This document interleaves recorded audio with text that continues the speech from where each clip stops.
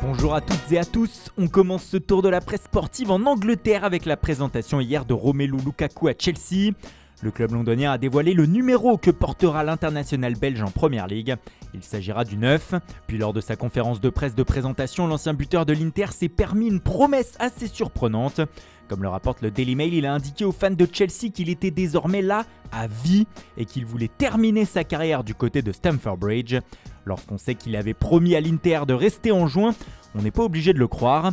En tout cas, il y en a pour qui l'arrivée de Lukaku n'est pas très arrangeante, c'est Timo Werner. D'autant plus que selon The Times, les fans de Chelsea lui préfèrent déjà le Belge. Hier à l'entraînement, certains supporters lui auraient crié de quitter le club. Drôle d'ambiance. En tout cas, ce qui est sûr, c'est qu'Emerson Palmieri va bien quitter les Blues, lui. Direction Lyon, où il doit être prêté aujourd'hui afin de renforcer un Noël aux abois depuis le début de saison, comme le signale l'équipe. Emerson va donc débarquer en Ligue 1, un championnat où Kylian Mbappé a décidé de rester une saison de plus. Comme nous vous le disions hier, le champion du monde français aurait indiqué à ses coéquipiers qu'il allait rester au PSG cette année. Mais selon AS, cela n'a pas convaincu le Real Madrid de se rendre sur ce dossier. D'après la publication espagnole, les merengues vont continuer à insister pour cet été. Et le message hier de Carlo Ancelotti indiquant que Cristiano Ronaldo n'allait pas revenir à Madrid tendait à montrer que l'objectif du club est bien Mbappé. Le Real pense aussi que ce choix d'Mbappé de rester une saison de plus est une stratégie du Français afin de négocier un départ à l'amiable la saison prochaine. Bref, le Real y croit et selon la Gazzetta dello Sport a raison d'y croire car comme le titre le journal au papier rose ce matin, son entourage insiste là-dessus. Il veut aller au Real et ne prolongera pas. Il devrait donc être libre en juin 2022. Des appels du pied au Real qui se multiplient donc et même dans les deux sens. La preuve avec Tony Kroos hier. Dans un podcast, l'Allemand a lâché cette petite phrase qui fait la une de Marca. Peut-être que le transfert de Lionel Messi a quelque chose de bien pour nous. Peut-être qu'un joueur de Paris nous rejoindra. Le feuilleton continue.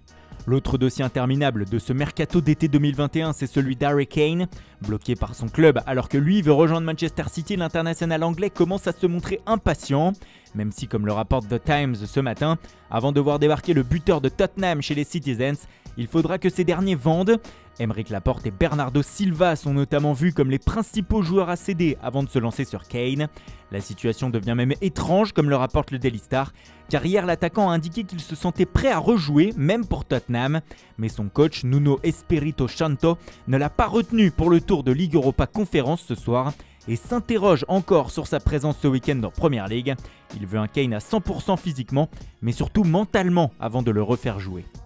Cela fait aussi la une du Daily Mirror qui nous invite aussi à admirer ce matin le joli double coup que devrait réussir Arsenal dans les prochaines heures. Un double coup à 63 millions d'euros qui comporte Martin Odegaard, le milieu offensif de Real Madrid, et Aaron Ramsdale, gardien de Sheffield United. Pour le Norvégien, les Gunners vont poser 30 millions d'euros sur la table afin de convaincre le Real.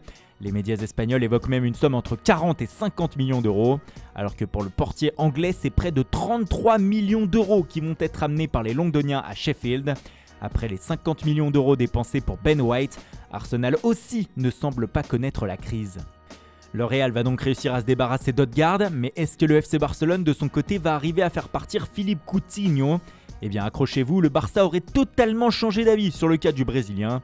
Et désormais c'est départ interdit pour l'ancien joueur de Liverpool.